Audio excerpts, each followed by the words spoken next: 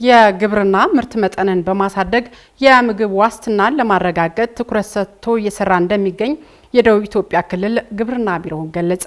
በክልሉ 14000 ሄክታር መሬት በመስኖ እየለማ እንደሚገኝም ቢሮ አስታውቋል። የመስኖ ውሃ ተጠቅመው የግብርና ስራቸውን እያከናወኑ የሚገኙት አርሶ አደሮችም የተሻለ ምርት እያገኙ መሆናቸውን ለአዲስ ዋልታ ቴሌቪዥን ተናግረዋል። ፈቲያ ሁሴን የደቡብ ኢትዮጵያ ክልል የተለያዩ የሰብል አይነቶችን በብዛት ያመርታል። የክልሉ መንግስት የመስኖ ውሃ አቅርቦትን በማሻሻልና የግብርና ምርት መጠንን ለማሳደግ ትኩረት ሰጥቶ በመስራት ላይ ይገኛል። በዚህም የክልሉን ሕዝቦች የምግብ ዋስትና ማረጋገጥ ላይ ልዩ ትኩረት ሰጥቶ እየሰራ እንደሚገኝ ነው የደቡብ ክልል ግብርና ቢሮ ምክትል ኃላፊና የተፈጥሮ ሀብት ልማት ዘርፍ ኃላፊ አንደኛ ሽናለ የሚናገሩት።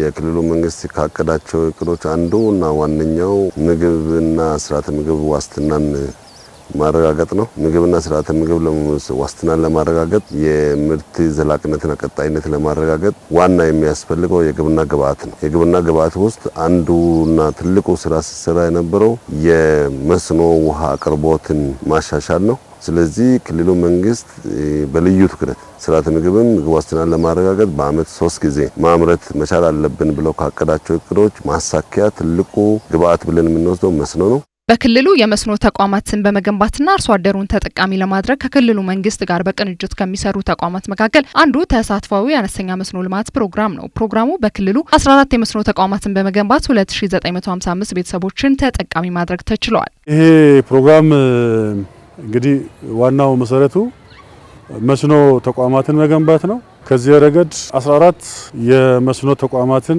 በ13ቱ ወረዳዎች ያከናወነበት ሁኔታ ነው ያለው። በዚህም በድምሩ 2955 ቤተሰቦችን ተጠቃሚ ለማድረግ የቻለበት ሁኔታ ነው ያለው። እነዚህ 14ቱ የመስኖ ተቋማት ከ304 ሚሊዮን በላይ ብር ፈሽቶባቸው ተመልክተናል። አርሶ አደር ጴጥሮስ ዱአና አርሶ አደር ላባጮቴ በደቡብ ኢትዮጵያ ክልል የወላይታና የጎፋ ዞን አርሶ አደሮች ናቸው። የክልሉ መንግስት ከተሳትፏዊ አነስተኛ መስኖ ልማት ፕሮግራም ጋር በመቀናጀት የመስኖ ተቋማት ተጠቃሚ እንዲሆኑ እንዳደረጋቸው ይናገራሉ።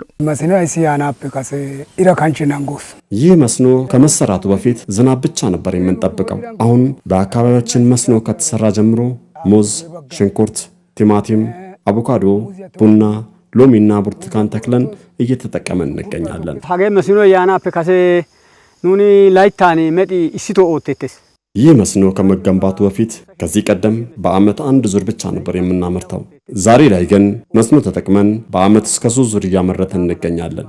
ሙዝ፣ በቆሎ፣ ስንዴ፣ ቲማቲም፣ ሽንኩርትና ሌሎችንም የሰብል አይነቶች እያመረትን እንገኛለን። በዚህ መስኖ ሰርቼ ባገኘው ጥቅም የተሻለ መኖሪያ ቤት መስራት ችያለሁ። የወተት ላሞችና ተጨማሪ የእርሻ በሬዎችንም ገዝቻለሁ። በደቡብ ኢትዮጵያ ክልል በመስኖ መልማት የሚችሉ ከ245000 ሄክታር በላይ መሬት የሚገኝ መሆኑን የገለጹት አቶ አንደኛ ከዚህም ውስጥ 14000 ሄክታር ያክሉ ብቻ በመስኖ እየለማ ይገኛል። አሁን ላይ ተሳትፏዊ አነስተኛ መስኖ ልማት ፕሮግራም የክልሉን የሌማት ትሩፋት እቅድን ጨምሮ ሌሎችም የግብርና ልማት ተግባራትን የሚያግዝ ስራ መከናወኑን ገልጸዋል።